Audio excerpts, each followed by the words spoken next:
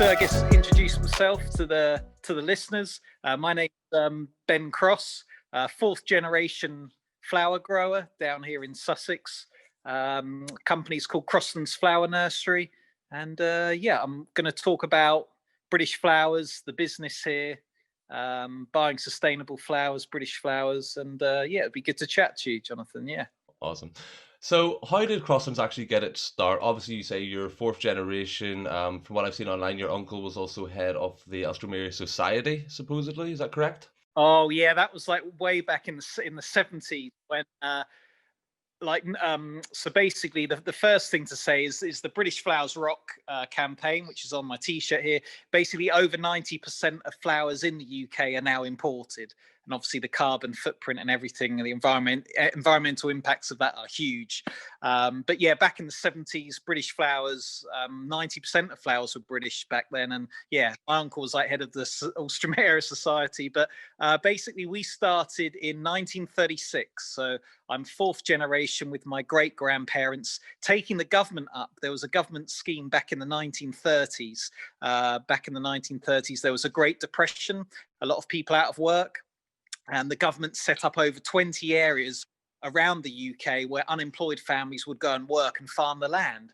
And my great grandparents, Albert and Louisa, came down from Abertillery to the south coast here in 1936 and were actually, they're classed as originals, one of the original families that took the government up on that scheme and set up a farm down here near Chichester.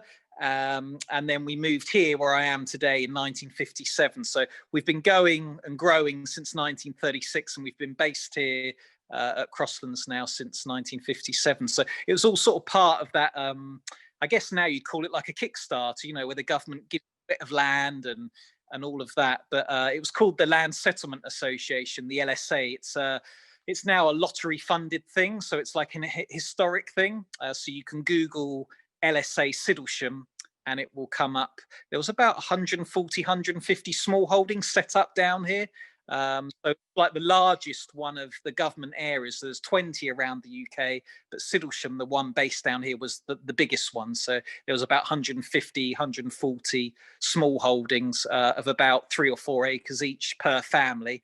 And then basically when you were part of the LSA, the government sold your produce, your crops, through the government, a bit like a marketing scheme. So they'd go, Mr. Cross, I've sold your tomatoes for that much, your cabbages for that much, here's your percentage. And basically people getting on well with it were like, well, why are we doing this? Why can't we set up on our own, skip out the middleman and set up on our own? And really that's what the government wanted families to do, is to use the government as a bit of a tool. It's a bit like, I guess, like we've got the Help to Buy scheme with first time buyers and things like that. It's a similar thing like that, but with farming, basically what it was. Obviously it's not around anymore. And so my granddad took over from my great grandparents after World War II. He met my nan, who was a Pompey girl, Portsmouth girl down the road, and he got on with it really well and set up here in 1957. And then my dad, mum, uncles and aunties sort of took it on from him, and now I'm taking it on from my parents and my uncles and aunties. So sort of a brief history for the listeners, really.